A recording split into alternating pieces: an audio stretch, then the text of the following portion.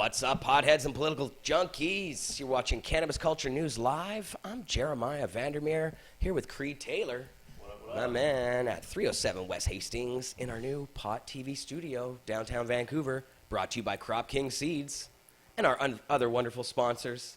Good to see you guys out there. It's another Friday here down at Cannabis Culture, and a lot of stuff going on the show today. Big 420 news on the show today. We're moving to Sunset Beach. So, the art gallery where we've been for, David, how many years now? 17. 17 years at the art gallery.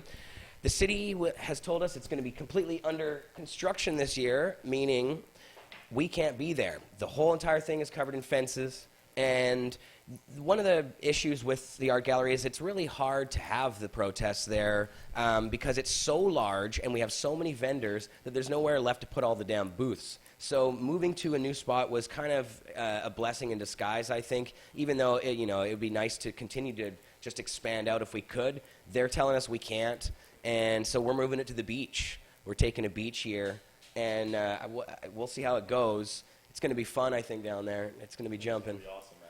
Yeah. It's going to set a new standard for what these events should be like in the future. I'm pretty sure it's... Is his mic working? Alyssa's on the production. We'll just make sure that... Oh, yeah, and we'll get our... if the audio's off a little, says expert joints. When you mean off, what do you mean, Craig? Are our voices matching?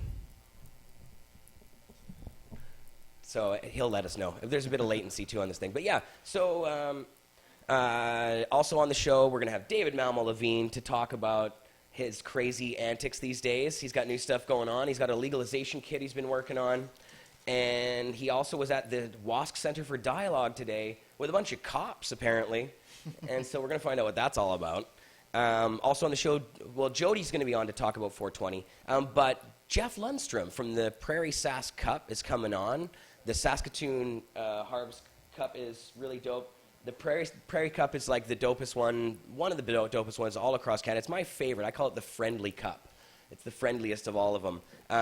And Jeff's a really good buddy of ours. And we're going to have him on the show to talk about his new sponsorship stuff and what's going on with the next Prairie Cup. So lots of stuff going on. But we got Creed on to talk about the Hotbox concert series that's happening here. Happy to be here. Hip-Hop Hotbox, the Hip-Hop Hotbox. Yeah, it's a new live streaming show we're hoping to bring to Pot TV. It's going to focus mostly on local artists, artists making waves in the local hip-hop community. We're really excited to have Pot TV come on board and stream this live. And we're excited for the opportunity to use, Cannabis Culture headquarters as somewhat of a, studio audience, basically, for this, new style of show we want to bring.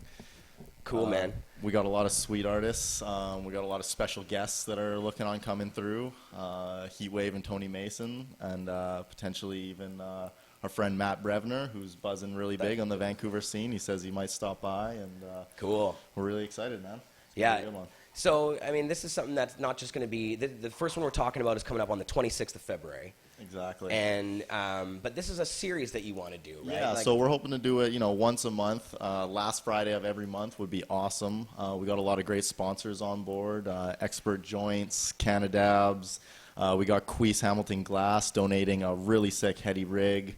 We got a full e-nail that we're giving away, all at $3 raffle tickets. So there's a lot going on for sure. A lot for the average cannabis enthusiast as well as the hip-hop enthusiast. So I'm a huge hip-hop fan, always have been for a long, long time. Sure. And Canada in general is pretty jumping right now with a lot of hip-hop acts. Definitely. Are, I think part of it is because Drake has a huge popularity, so finally people they're getting some cred and thinking, oh, we can, move down to the States and do something. Because really, the last time that, a few big acts went down to the States and made it big, there hasn't been a lot of them. No, very few. Very few. You're really lucky if you're a Canadian artist and you get mainstream American, notability. It really can skyrocket your career. It's just something that a lot of Vancouver artists really don't have the opportunity to do. Seems like Toronto gets the spotlight most of the time, and we really just want to change that. Just bring, these underground artists to like a broader spectrum of fans, and I think it has some big possibilities. Yeah, man. It's I love doing this stuff in the lounge because we have such a great opportunity here to allow our cultural stuff to do its thing here. Definitely. You know, because there's lots of hip hop shows going on and stuff, or there's not that many of them in Vancouver. I mean, there are places to go and stuff. Obviously, the stuff is happening, but it's cool to see it in a place where you can like chill and smoke weed. Definitely, you know, in the venue. Like that's one of the best parts about it. It's like obviously, you know, weed culture and hip hop culture, you know, have always kind of gone hand in hand. It's just really sweet to have an opportunity where you can see an artist you're a big fan of and smoke a huge fatty unhassled at the same time, or rip your bong tokes or hit your dabs or whatever. It's a really original setting for a hip hop show like that. I just want to get Alyssa to give me a hand here. Alyssa, I'm still in the. Some people are saying the sound is fine. I still have Craig in the chat saying it's off a little bit. Do you think you can monitor and find out if that sound is indeed on or off? Like, I have a pair of headphones here for you that you could plug into a computer. Just bring it up on that computer, the extra computer you have, and see if you can check out if the sound matches our lips. Yeah, oh, so it is slightly out. So what we're going to do is we're going to stop real quick here just to get the lips to go back perfectly.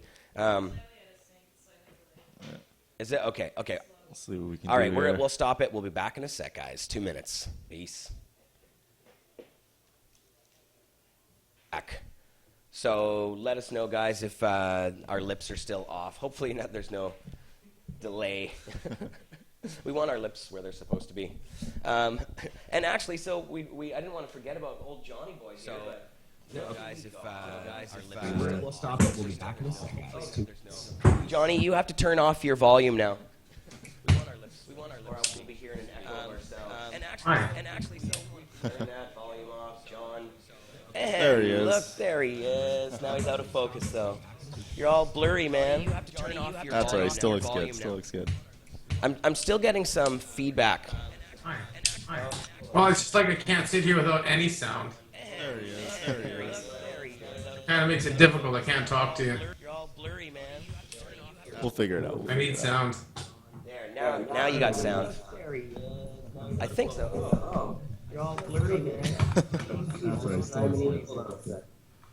That's what it was. Is that better? Oh yeah. Yeah. There you go. Okay, Nice. I gotta do that. Time is it? Okay. 4:17. Hey, Johnny, you look good.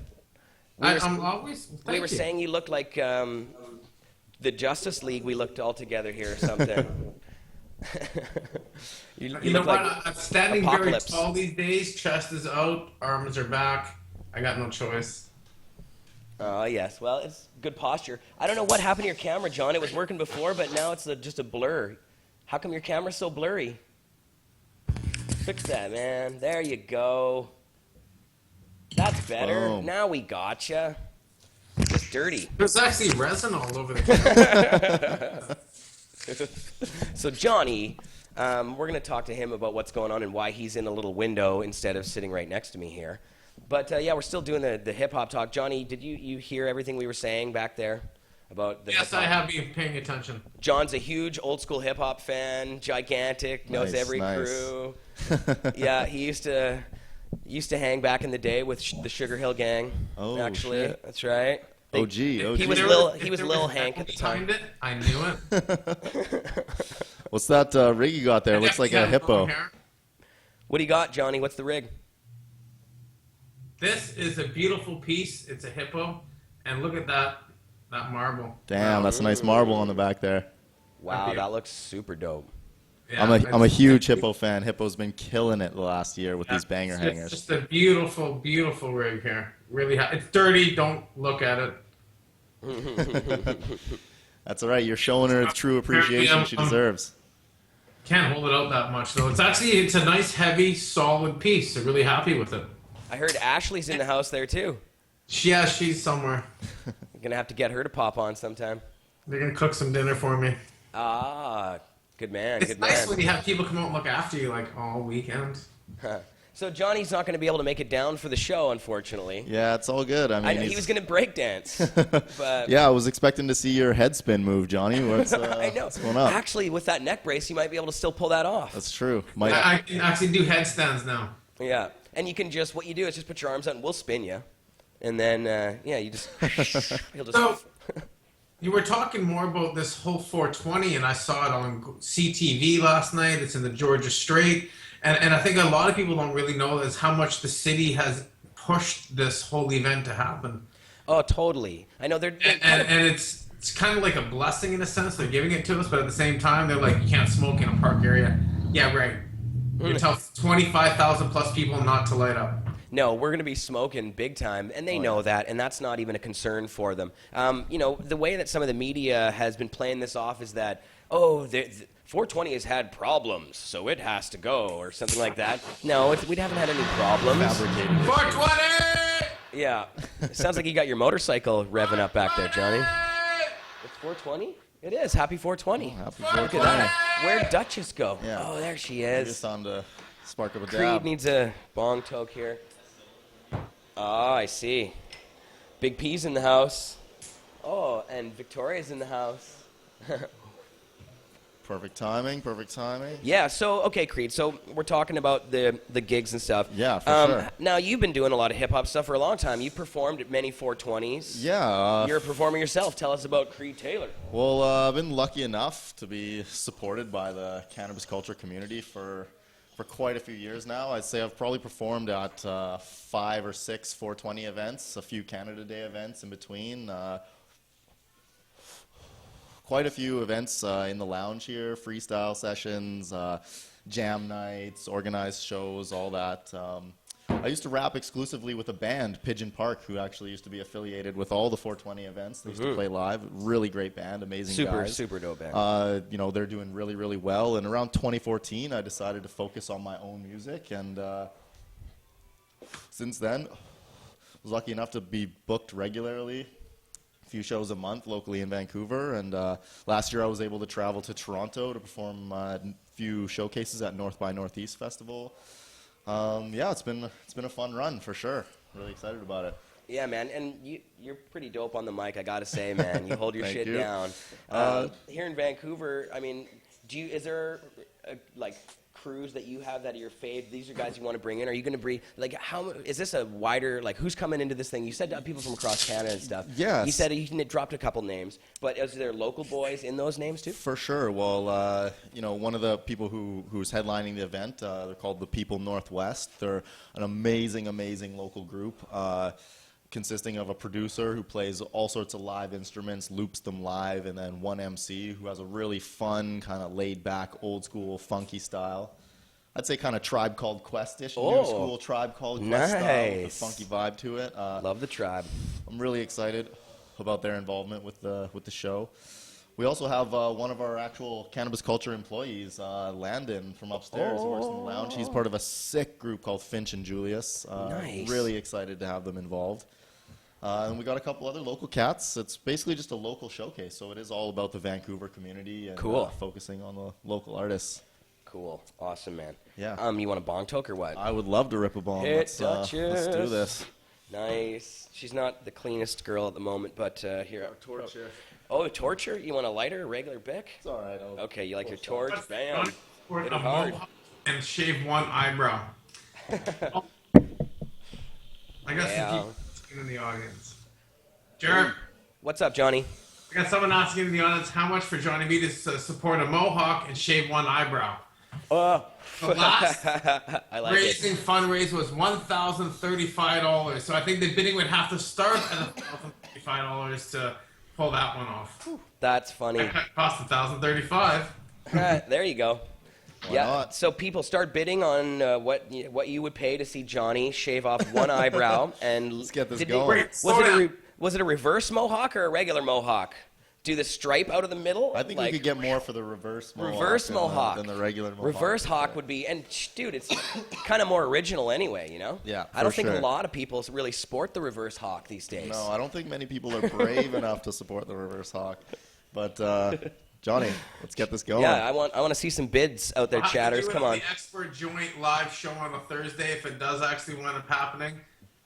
Burn toast. There you go. It'll happen for one day. And it'll happen live on the show, and it'll play off into the evening, and then I'll finish it off. So on March 7th, the caller comes off. So 7th, 8th, 9th, 10th, 11th would be Pot TV on the Friday. Hey, you never know what's going to happen. I like that. I like the sounds of that. Let's do it, Half the man. hair, one eyebrow. I'll even let everything grow, just the top half. So That's nice. we had like somebody bid 500, somebody bid 420, somebody bid 2 cents. So that's, pretty good total there already, Yeah. John. Add that up.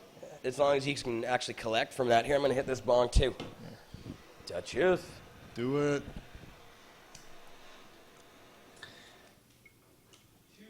Alright. That's rounded down these days. That's free.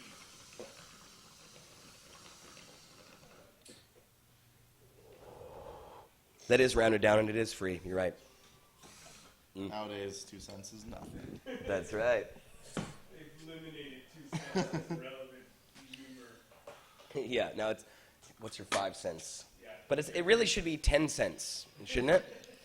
Since the inflation, eventually. What's your 10 cents? All right. Damn. Creed, I appreciate you coming on, man, and Yeah, telling no us problem, about the dude. gigs and everything. We're going to have you back. It's a pleasure to be here, for sure. Watch Pod TV the 26th of February. Talk, Jared? Johnny wants to ask you something. Yeah, what's up, Johnny? I was looking at the new Snoop Dogg signs an exclusive deal with Tweed. Yeah, that's Good topic. excellent topic. We got to start, some things going on and what's happening with all these big licensed producers now signing all these big names. And You mean we have to boycott Snoop Dogg? well, and we have DNA now, Tweed, and you got Snoop Dogg. You're getting some pretty good genetics coming out of there and some pretty good backing behind it. We'll see what's happening. Let's see what they can produce. And Let's ask Snoop ask Snoop how gangsta it is to rat out other dispensaries to the cops. Yeah. And try and have them closed. How gangsta is that shit? Super gangster. I guess maybe it is. Wow. But the wrong kind, man. Slimy gangster. Yeah, that's some rat shit. Super That ain't slimy. right. That's not hood. No, so we should somebody should let Snoop know what Tweed is actually all about. Yeah. I think maybe Snoop's PR team didn't look into that hard enough. Yeah, well, it's getting a lot of negative response, so I feel like it won't be too long before the weed community's speaking out against it pretty openly. Well, but how many people in the U.S. really know about what's going on with Tweed in Canada? That's true, and how many people in Canada really even give a fuck? Sadly, it's unfortunate, Few. but yeah, yeah, really few. David says let's make him give a fuck. what they're doing, Damn right. they're gonna use We have to. If we don't, then nobody will. So, Johnny, did I? Licensed producers can't advertise, so now they're going to sign these big deals with all these big rap stars so they can advertise for them. So what had just happened there? The advertising is like they just got all the advertising they need. They got DNA Genetics and they got Snoop Dogg, and they don't have to do anything. Those guys are going to advertise their whole brand. It's all about branding right now. 100%. So that's what we're seeing. As these LPs are bound by contract, they can't do any advertising. So they're bringing all these big wigs, paying them millions of dollars so they can do the branding for them because they can do whatever they want. They can sing about the brand. They can, you know what I mean? But it's going to be like, it'll be like Molson Canadian or something. It's shit. We called it Molson Cannabis back in 2009. Me and Jason were sitting there playing chess, and we talked about this for years and how this is just erupting right now. But, I mean, we're seeing it more, and we're going to start seeing it more happening more sooner than later, guys. The legalization platform they're trying to put in and getting the names behind this and getting people puffing. And, I mean, these names they're drawing in. It's drawing in bigger business. That's what we're seeing. We're seeing more access coming. Mm-hmm. Bigger 420s. The city's pushing us. We're making it in the media about that. When have we made it in the media about Vancouver 420? They've always blacked it out. Yeah. Right? And this is Now long before the event, too. Yeah. It's like There's a lot of pre-media coverage. No, too. this is some of the most media coverage I've ever seen about 420 in Vancouver ever. In fact, it's guaranteed it is. 100%. They don't Yeah, give it to us. because Now they're Jodie's been advertising doing for us. press all day long. She did just before the show started. She was just sitting in my office there on talking to Global straight up all day long. She's been doing this. So, and this is day 2 or 3 now. I So was shocked to see the number of publications. Like, as soon as I opened my Facebook and just scrolled through and just saw every news feed that was posting about it, I was like, damn, Yeah. this is really taking off. It's funny what We're gonna have like the biggest does. 420 ever in history with the backing of what's happening. yeah, it's a big event. And the city finally is recognizing it, and I think this whole weed issue, because of Justin Trudeau, because of all the dispensaries in Vancouver, it's a hot topic they can't ignore, 100%. and there's nothing else going on. They're bored. It's good news, man. They Yeah, know it's it's good good news. news. It's Yeah. like it affects the people, and Yeah, they're we're like the ones making finally. the noise. Like, Yeah, exactly. yeah. But they're like finally, they're not going to be blocking traffic. That's probably part of it. Yeah, for sure. I mean, I think they That makes them happy. Finally probably not think they're blocking consolidating us over into a little corner. But Right. I think they're giving us the opportunity to make this bigger and better See, and much cooler than we it was don't like to think of it that way, and there are people out there who are like, we want to be right in the middle of traffic and blah blah blah blah blah. And I'm going to bring on David to talk about what he thinks about this in a David couple wants minutes to here. stand in the middle of David traffic. Mammal Levine. But here's the problem with the art gallery. I love blocking traffic. Don't get me wrong. I would block traffic as much as we possibly could all the time. It'd be awesome. But with all of the vendors' booths and all of the way that we operate the whole event and the crowds that's there, it's simply not safe there the way we're doing it. Yeah. And I'm saying it is. Like, I was a little bit terrified last year because it was so huge. It was larger than we anticipated, and by a lot. And another year like that, I don't know what would go down. It grows exponentially every Yeah. year. Like And, I said, Jared, It's not a good it's gonna spot be for it. uncontainable pretty last soon. Johnny? year when we were talking, I told you I was actually, and my whole booth was flexing that force between Cannabis Culture and the Meditator and Crop King there, where it bottlenecked. It was dangerous. I think it was a wake up call for everybody because people weren't there, and we were the ones that support this event and are behind it. We saw what was happening, and it was probably the most dangerous 420 we saw ever. It was last year. It was dangerous, and I was worried. really gotta really pay attention. They weren't in the mud. They weren't in the trenches. Right there at the front, right where everything was happening, where people were pushing, and it was dangerous. And this year, it's going to be a huge event. It's going to be awesome. I was worried about your booth, Johnny. You were Remember like how getting crushed against the side. Everybody said I Boy Scouted everything together. They laughed at me as the things happened. Like, no, man, I'm tying this shit together. I Boy Scouted my whole thing, and it held me and Kyle together. Even Kyle said that too, right? Crop King Seeds was right beside me there, and you know what? We held it, and it was dangerous. We did see that. The thing is, the crowd is so thick. And at the 420 moment, everybody's pushing so hard in there that you can't move. You can't Takes do 20 minutes anything. to get you know 50 feet into the crowd. Yeah. You know, to explore a couple booths, you're like looking at an hour of your time. I know. Like, I'm always waiting like, for all the right, crowd. guys, I'm going to the other stage. I'll see you back in a couple That's hours a or whatever. mission. Yeah, it's like okay, Yeah. I'm fighting through. You need like one of those like cattle plows to like make your way Totally. through the crowd. Is absolutely insane. Well, there's we've thought of it after the fact. There's another event apparently being told to go to the art gallery. Someone's commenting in the chat. What's that? Oh, another event's going to the art gallery? Yeah. Yeah, but on 420, it won't. See, here's what's going to happen on 420. There are people online with Facebook pages that saying, we're still going to do the art gallery 420, we're taking over. But there's not going to be any vendors allowed to set up there. There are going to be They'll fences. have to hop fences and carry their stuff over blue fences. And it's not just fences on the one side. There's going to be fences around the entire thing this time.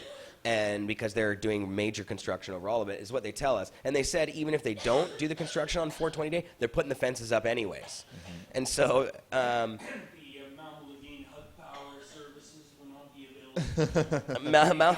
Cleanup services will Well, not be available. Exactly. yes, the David Mammal The Levine... general infrastructure will not be available. We don't need any cleanup services. We are the best cleaners. I've never seen a cleaner. No, he's talking about sit yet after we leave. Johnny, he's talking about the all the fake 420ers, the people who are holding their own 420 at the art gallery that won't be. The ones that are going to be rushed out by cops and forced to move on, that will guaranteed will have nothing but problems. Yeah. You know what? I really hope they don't cause a scene, but I think the amount of volume we put into the 420 at the new location and what we put into it, no one's going to go to the art gallery. It'd be and when they get there, they'll find information pointing them to our 420, and we're going to have people there that are directing people to the new location at Sunset Beach. And what we are thinking about... Oh, wait a second. This isn't official yet. Advertising for us. Global TV, CTV, Yeah, so much all the right media is now, doing it guys. for us. Come on. I know they've done it already, but we're going to do more of it. And there's going to be, we were thinking the possibility, we were discussing it, we have not made this official, that at some point, like around 11 o'clock, people would take a march if there is a crowd there. You could march from there all the way down to Sunset Beach, although that would really piss the city off, Yeah, probably. for sure. But, But that would be fun. I think it'd be really cool. Hey, that's the 12 o'clock march. We could Yeah, have a march do straight a to 12 the o'clock center. march, or do an 11 o'clock march so you're there by 12, because it starts at 12. Oiga Vault. David we'll You get march David to at do the 12. march. You can get there whenever you want. If there's a crowd there, we'll march him. The cops will shut the roads down for us. They always do. And they're ready at the drop of a hat to shut the roads down, actually. We found that out in over years of activism. They're okay with the road thing, I think. We do the Global Marijuana March, and they hook us up. They're like, what's the plan, boys? And, they come by, get the map and everything, and they're like, okay. And they always come by and ask us, how we doing? They always come They on the got side of something my truck. They're entertaining like, to do that speed up, speed up. Yeah, exactly. So that's going to be, I think it's going to be pretty dope down at the new place. But, yeah, I like that it's getting so much early press, for sure. I'm going to bring David on. Creed, thanks, Yeah, man, for sure, coming man. on, man. Give me one of these. Great to be here as always. Sure, dude. absolutely. If you're in Vancouver, come by February 26th, 307 West Hastings for the Pot TV concert series. It's going to That's be right. epic, man. Hip-Hop Thanks for having Hotbox. me. Yeah, man. That was dope. Creed, and what about an email address or some shit? You got, or not an email address? Do you have a Facebook account up for your music stuff or anything? Creed Taylor.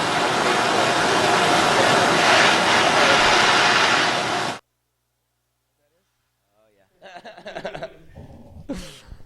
David Malmo Levine is in the house. Jeremiah. Hi, David. Hi, Jer. That it's funny. That mic fits right into the slot in your chin there. All right, how's that? Is that better? No, it looks good. I was meaning your right. facial yeah. hair. This is my mic slot. Yeah, your mic slot. It's like it's cut just for it. Righty, right. So, funny thing happened to me God, this Alex. morning.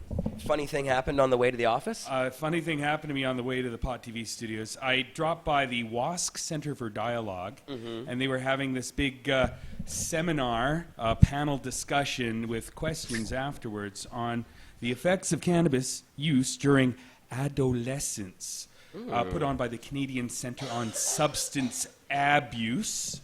Cool. Kind of limiting their ability to focus on only abuse. I They like can't how really explore beneficial use or drug policy. And they admitted that was a limitation, but they were promoting the ideas that cannabis is inherently harmful to young people. Uh-oh. And you were just the right person to be there, David. Yeah, well, To set him straight. I had written a book on the subject of cannabis in young people. Does cannabis inherently harm young people's developing minds, which is also the name of an article on cannabis culture. That's right. And what I found was there was some good that came out of it. They admitted the whole panel was pro-legalization. They're in favor of legalization. They just want to continue to beat up the kids. And they said that, it's justified intervention, demand reduction, prevention, but they didn't talk about harm reduction. They talked about all those other things. And I guess they really wanted to make sure that there was a room for these addiction specialists post-legalization, that there'd be a need for them.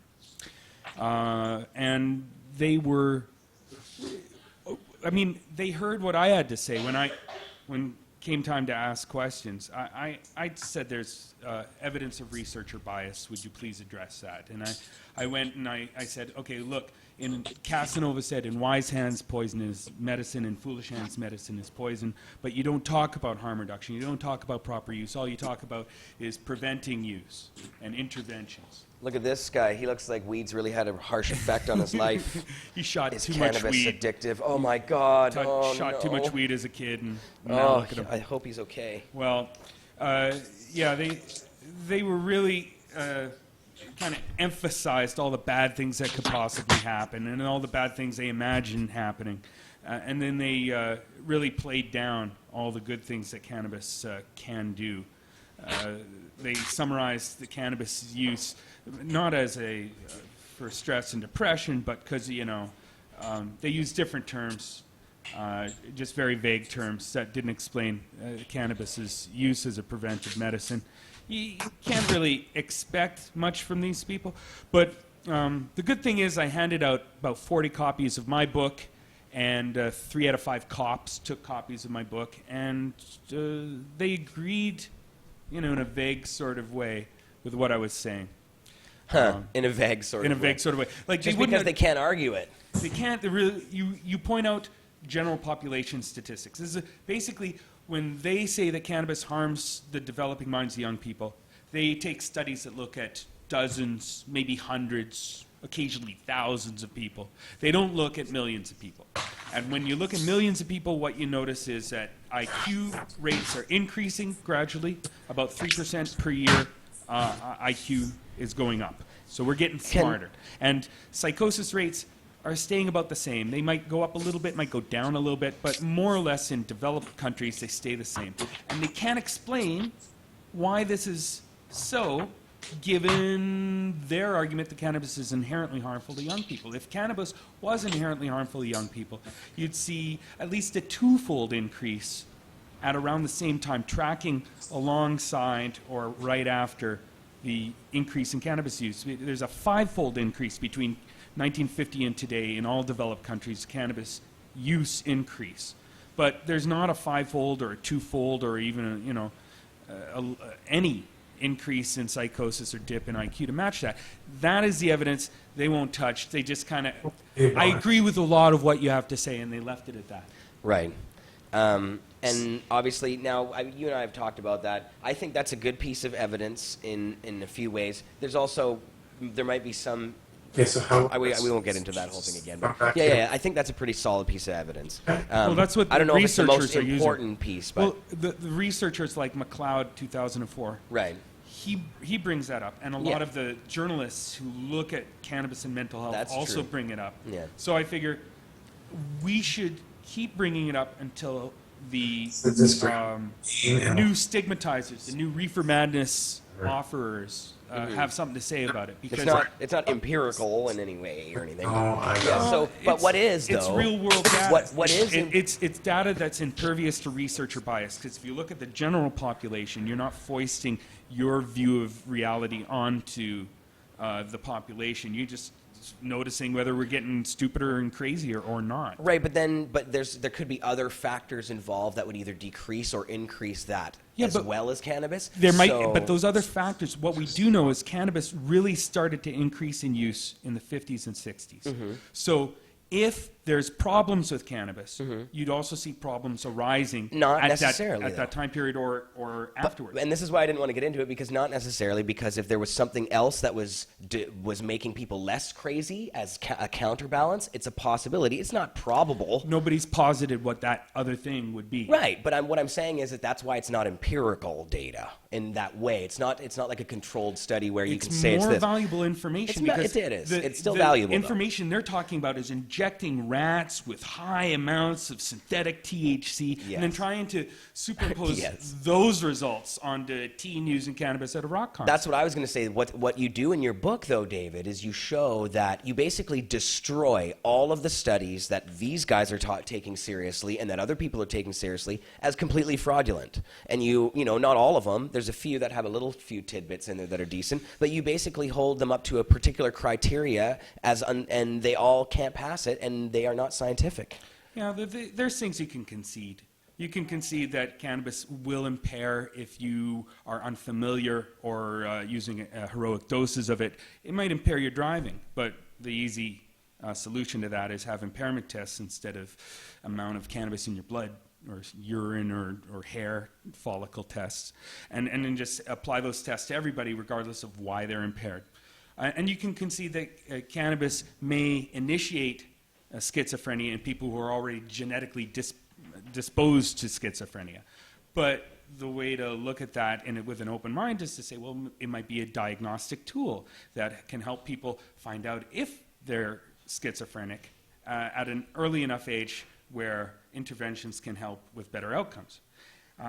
And actually, CBD has been looked at as an antipsychotic. So there's medicines within cannabis that are under-researched that could help with these conditions. But you've got to admit that in terms of an antidepressant for teens, or a relaxant for teens, there's nothing better. There's nothing safer, cheaper, and more effective than cannabis. Has a better track record of good outcomes. I know this because I've experienced it personally.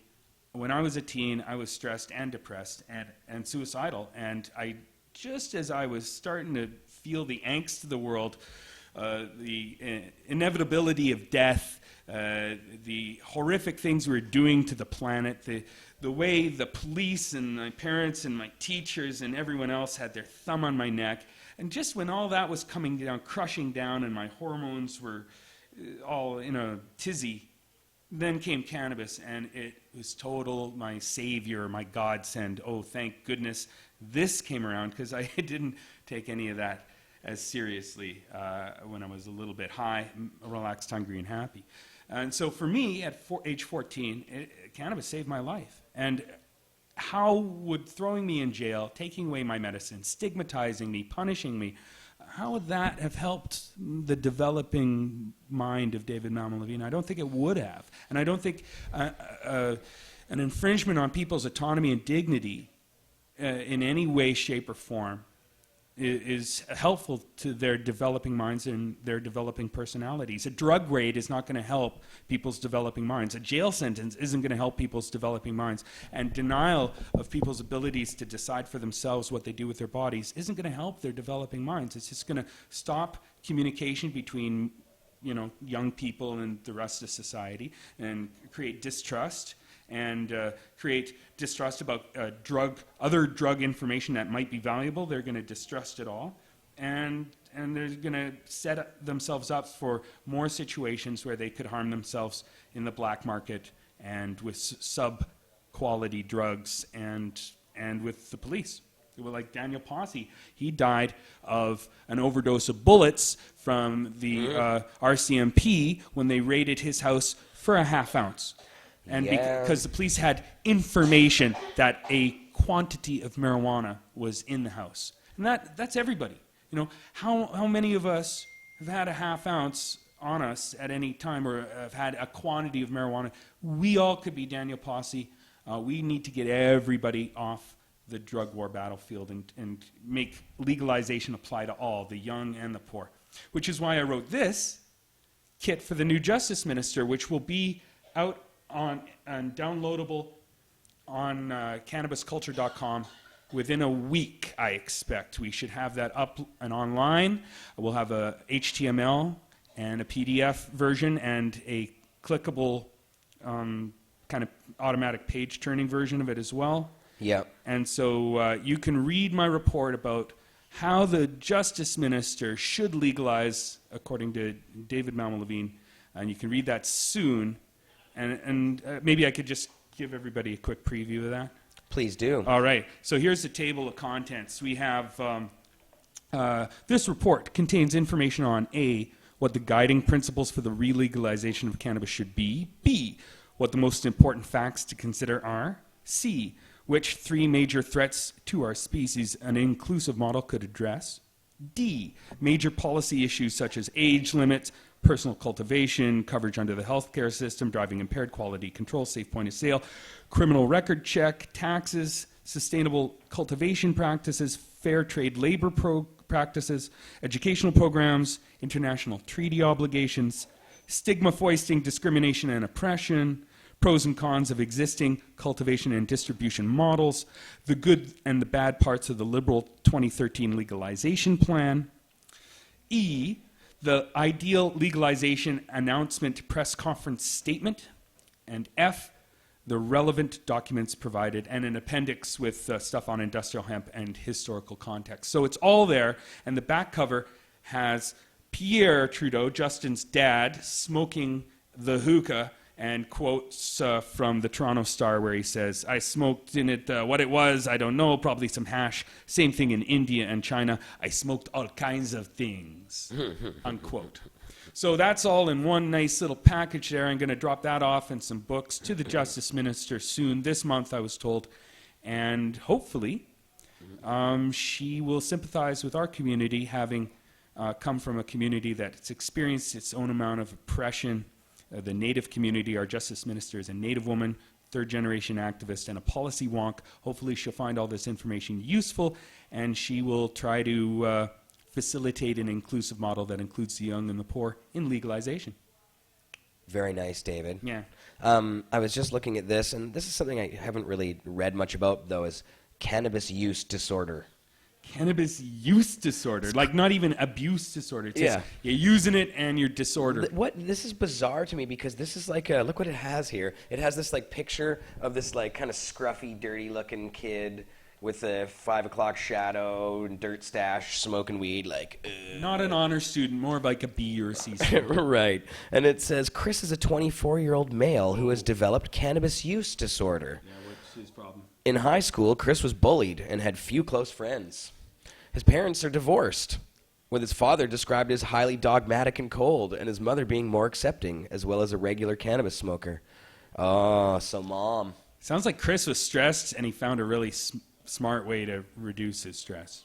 He began smoking weed casually when he first entered university to help address his worries, cope with traumatic memories, and regulate his negative emotions. He found it helped him relax after busy days and deal with his low mood, anxiety, and interpersonal conflict. He used it intelligently. But he had a falling out with his father during university, which worsened his mood issues. Mm-hmm, yeah. His cannabis consumption increased after this major depressive episode, leading to procrastination. Oh, right. Well, and decreased motivation. See, I've increased and decreased my cannabis use, but my productivity, well, I've written that book last year and this kit this year, and I've stayed productive. So I don't think those two things necessarily go hand in hand. The movement is filled with people who are chronic marijuana junkies using heroic doses daily, and they all manage to stay productive. I think sometimes cannabis is used as a bit of a scapegoat for people's lack of productivity. They blame it on the substance, when in fact that's just them, either their body's saying, I can't take this anymore, I gotta chill, or else they're lazy and they need something other than themselves to blame. Well, I would say, though, granted, if you get too dabbed out all day long, you're probably not going to be able to do a heck of a lot. I mean, the thing is, once you won't be able to get dabbed out all day long, though, like that, because you just get immune to it after a while. The other thing is... Uh-oh, we lost Johnny. We lost Johnny. But we got to remember that all medicine, is poison in the wrong hands, or in wise hands, poison is medicine, and in foolish hands, medicine is poison. So if you're foolish with your medicine, it's not going to do the things you want to do. And cannabis's effects are dose-related, as any medicine is. So you have to figure out the right dose for you. If it starts to interfere with your life goals, you may be overdoing it. You might want to cut back, or take a break for a while, or switch to a different herb, or quit, or just quit temporarily. See if that works for you, because you have to use this stuff properly for it to work. Johnny, if you're out there, call us back. I don't know why it didn't work, but give us a shout, and then we'll put you back in. So I don't know. I think this is very strange, and that he's a 24-year-old. I thought this was cannabis use during adolescence. I think to ensure that they remain in business, and they have a lot of business, they have to foist new stigma on cannabis. The old reefer madness has been thrown out, so the new reefer madness is upon us, and they're going to try to make these harms seem inherent, like there's nothing you can do about them. They're going to be there no matter what. As long as you use cannabis, you're going to be harmed. And I think it's our job as activists to point out that cannabis's harms are not inherent.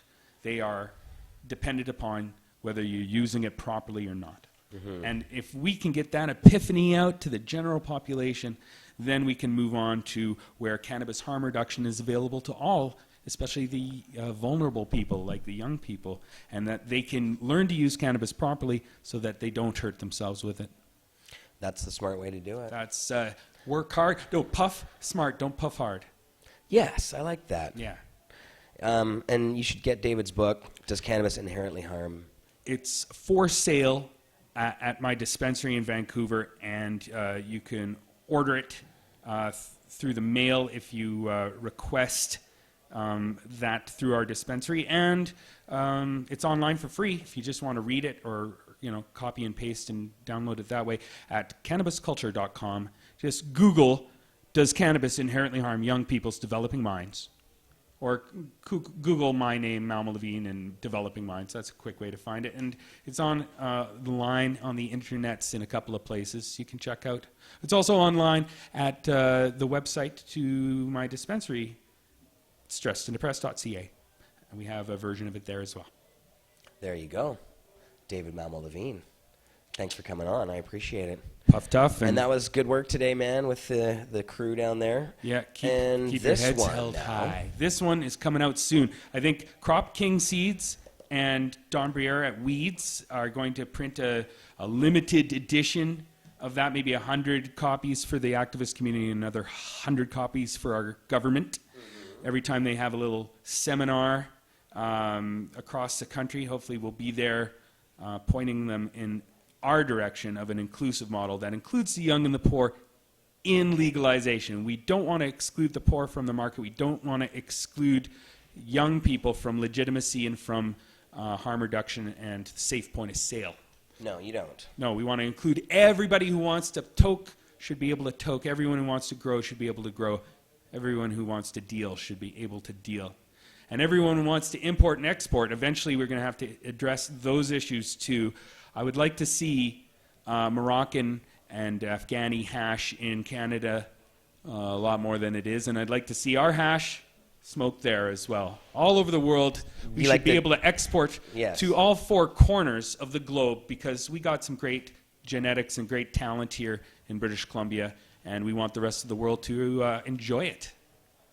Definitely. Thanks, David. I'm just screwing around with the You're background welcome. screen. Oh, here. I just noticed the Princess of Pot just walked in, and she also has been working hard, representing our people to the general public. Are you coming on? All right, Yeah, great. you wanna You come can on hear next all to about me? it from her mouth. Okay, hold on just a sec. I'm going to put our screen back up here. Play from current one. What's that? Hey. Yeah, how's it going? It's going good. Jodie Emery on the show. Hey. Hello, it's been a long day.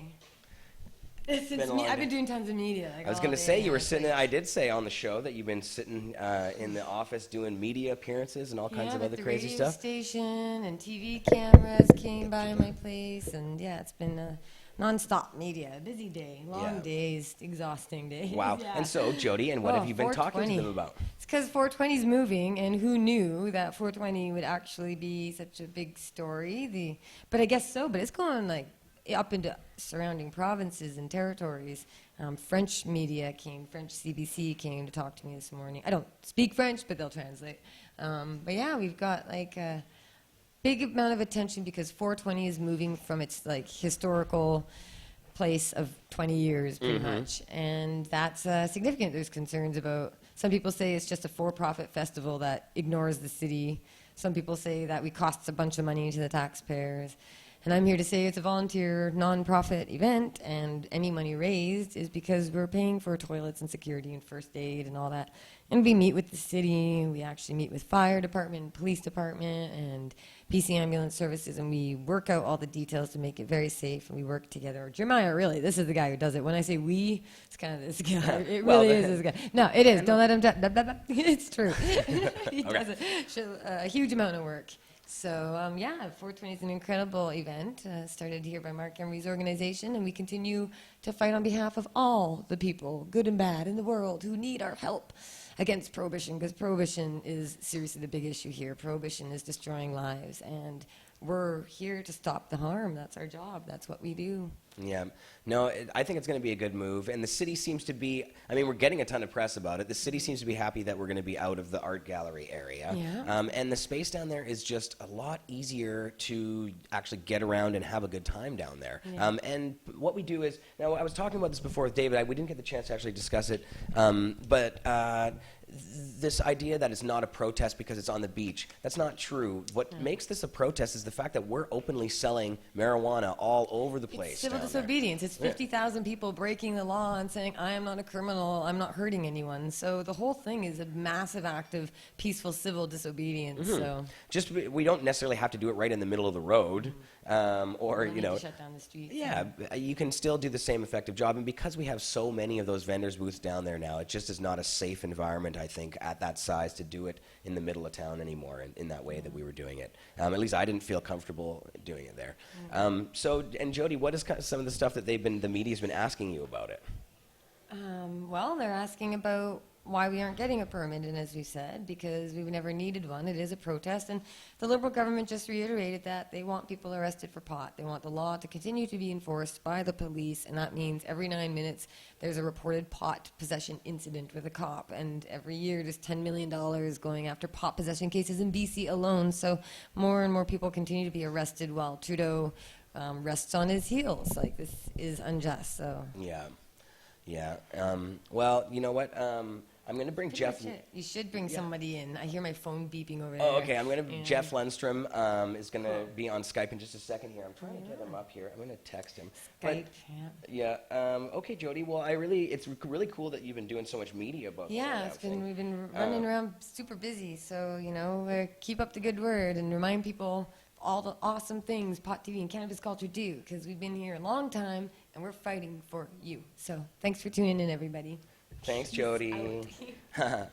All right, so Jeff Lundstrom, I'm going to bring him on the show next year if we can get him up. Lundstrom. And J-Mac's in the house. Hey, J-Mac, do you want to come and have a bong toke? Hold on just a sec here. Yeah, so Jeff Lundstrom from the Prairie Cup. Of course, a lot of you guys out there know who Jeff is. We go to the Prairie Cup every year and do our thing there, and Jeff has a big event. It's like I call it the friendliest cup. And I wanted to bring him on the show today. We're going to try and Skype him in, and I don't know what's up with Johnny B. Hold on a second here. Is he bad? Okay. I'm going to try and get Skype up. I don't think we can bring two of them in at the same time. Oh, here's Jeff, though. He says he's ready to go. Call me on Skype. And I'm giving him my name.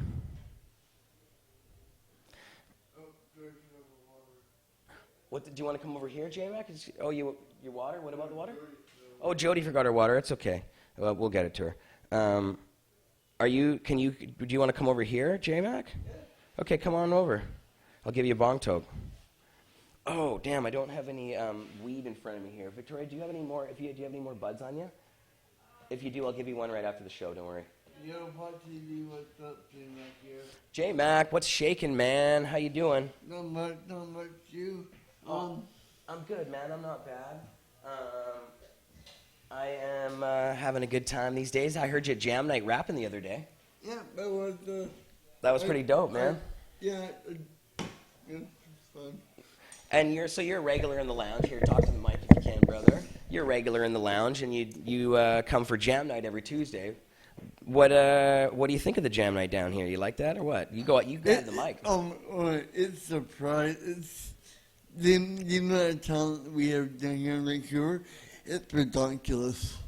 It's like people here are like, there's a guy playing saxophone, and he's really good. Like, dude, he is like really good.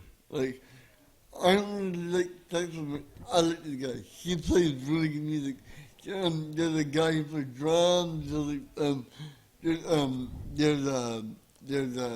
There's one girl who's a drag queen, and she's really good.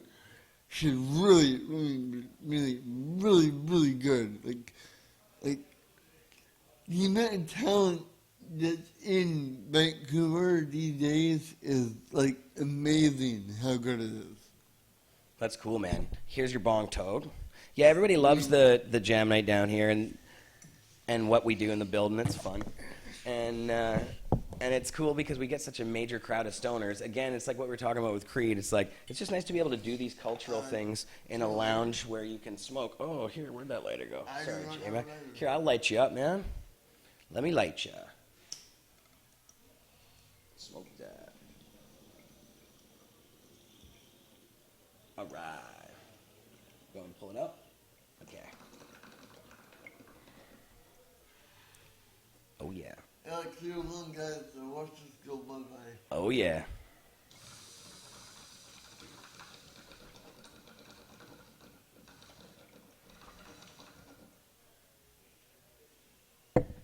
Woo.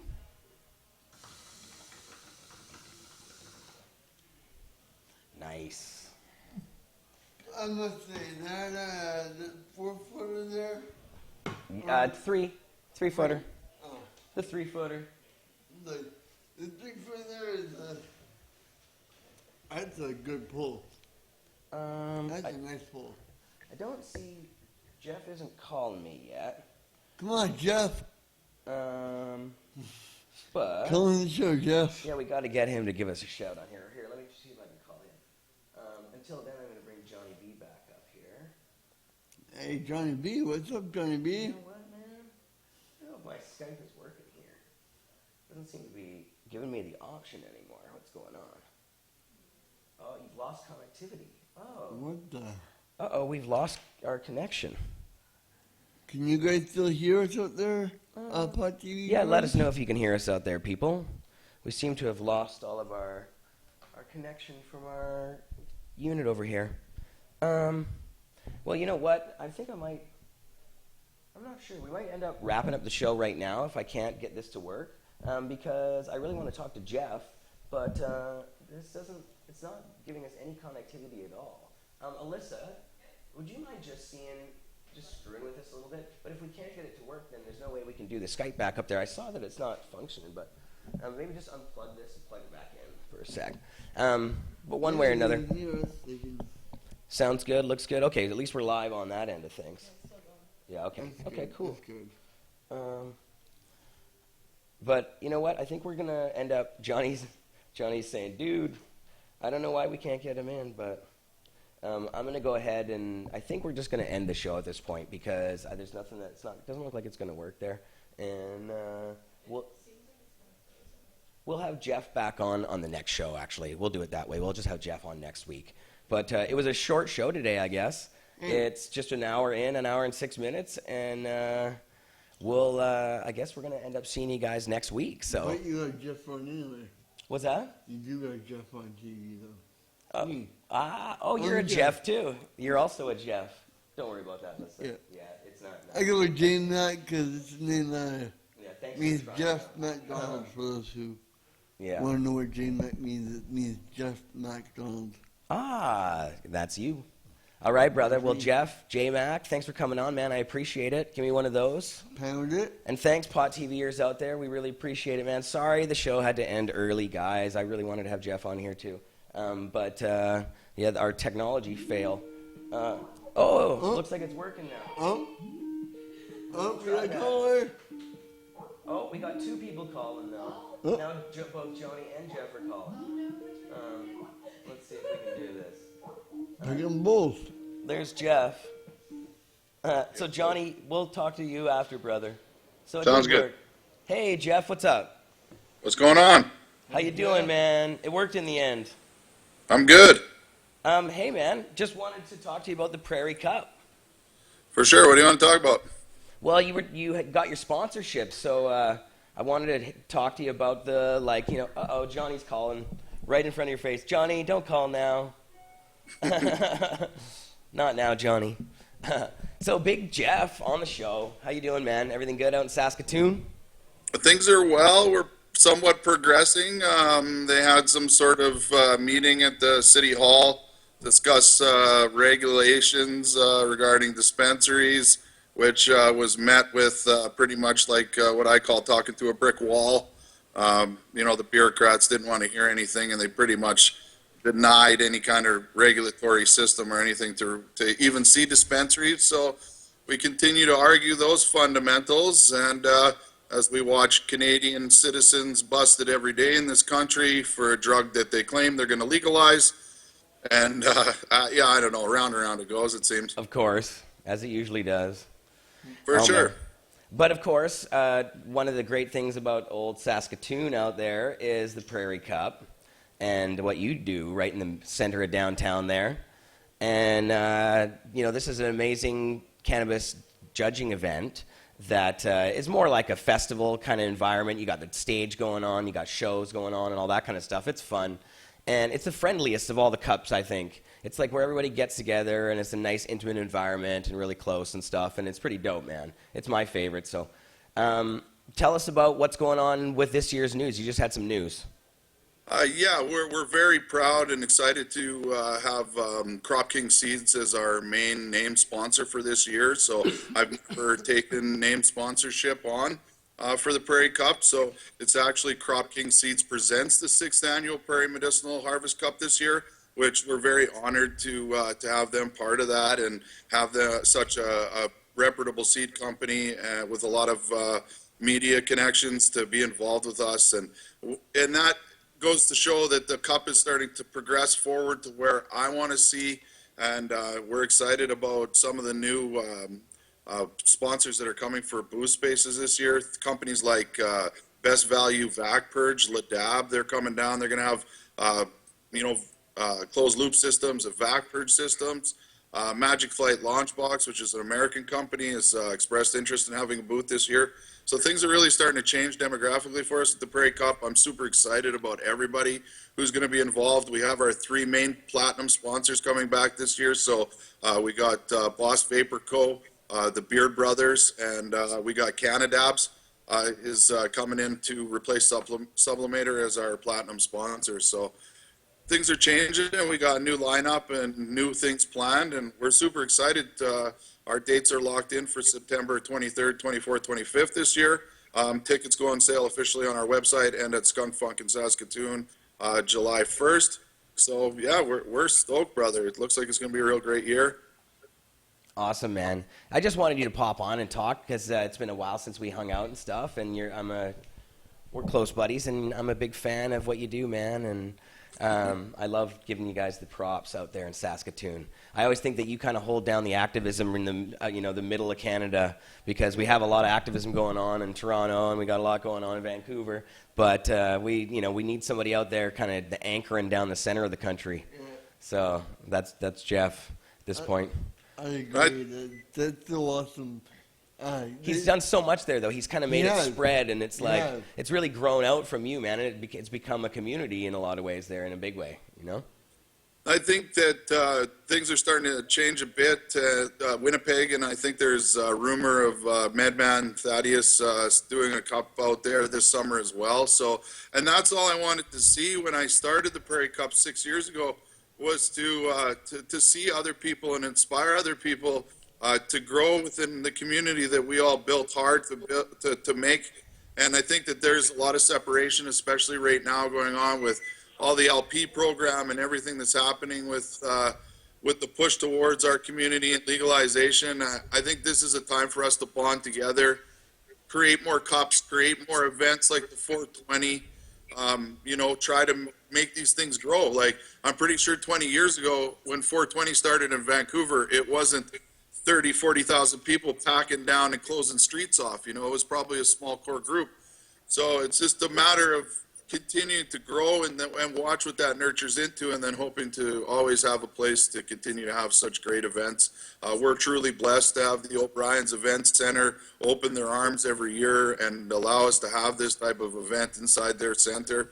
So, I mean, as long as we continue to have people within our community working with us like that, then I think it's a positive thing. And as long as we can push for legalization, if that's actually going to happen, then maybe we can free all the patients, and we can free some of the weed, and liberate what we've been working so hard at. Regardless, we're going to throw the best party you ever seen in the prairies, as always.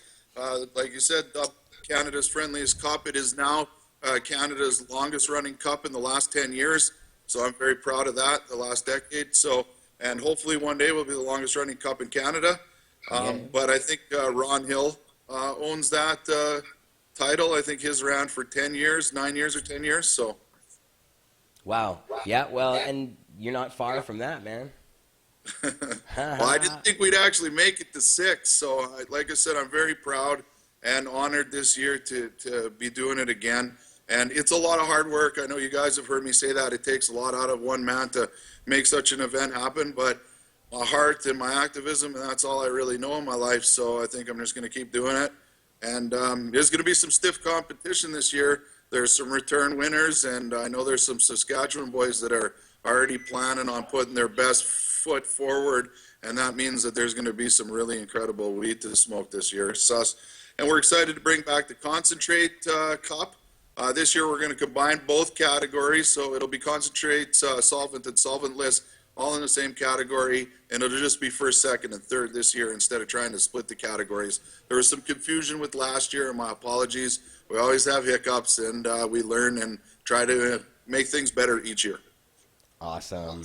Well, Jeff, I appreciate it, man, and thanks for coming on. We'll definitely see you soon and hang shit. And yeah, man, Prairie Cup. So it's sasprairiecup.ca, right? Yeah, sasprairiecup.ca for our website if you want to check out what we've been doing in the past 5 years.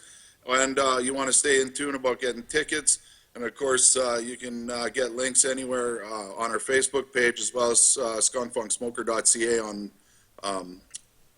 my website as well for my store. So, like I said, thanks for having me on the show, Jared. I'm super stoked. Keep up the hard work. I know it's been kind of rough waters for everybody, but I love you guys, and I always got your back, just like you've always had mine. So Peace, I appreciate it. We're going to keep working forward, pushing forward, and legalization. Love you, man. Big Jeff, thanks, man. Yeah. Jeff Lundstrom. Yeah, Cool. legalize Thanks a lot, brother. I appreciate it. Love you guys. And I think I'm just going to wrap it up. And, oh, man. Skype's right in the middle of our screen now. Here, let me get rid of that so we at least have the nice screen back there. All right. Well, J-Mac, thanks for coming on, man. I appreciate it. And give me one of those. We'll be back again next Friday. We'll see you guys. And, yeah, I'm going to be doing a lot of 420 work this week. Our 420 booths launch on the 15th, so you guys can check that out at 420vancouver.com. Check it all, everything we do at cannabisculture.com and pot.tv. Peace, guys. Peace, guys. Love ya. Roll 'em tight.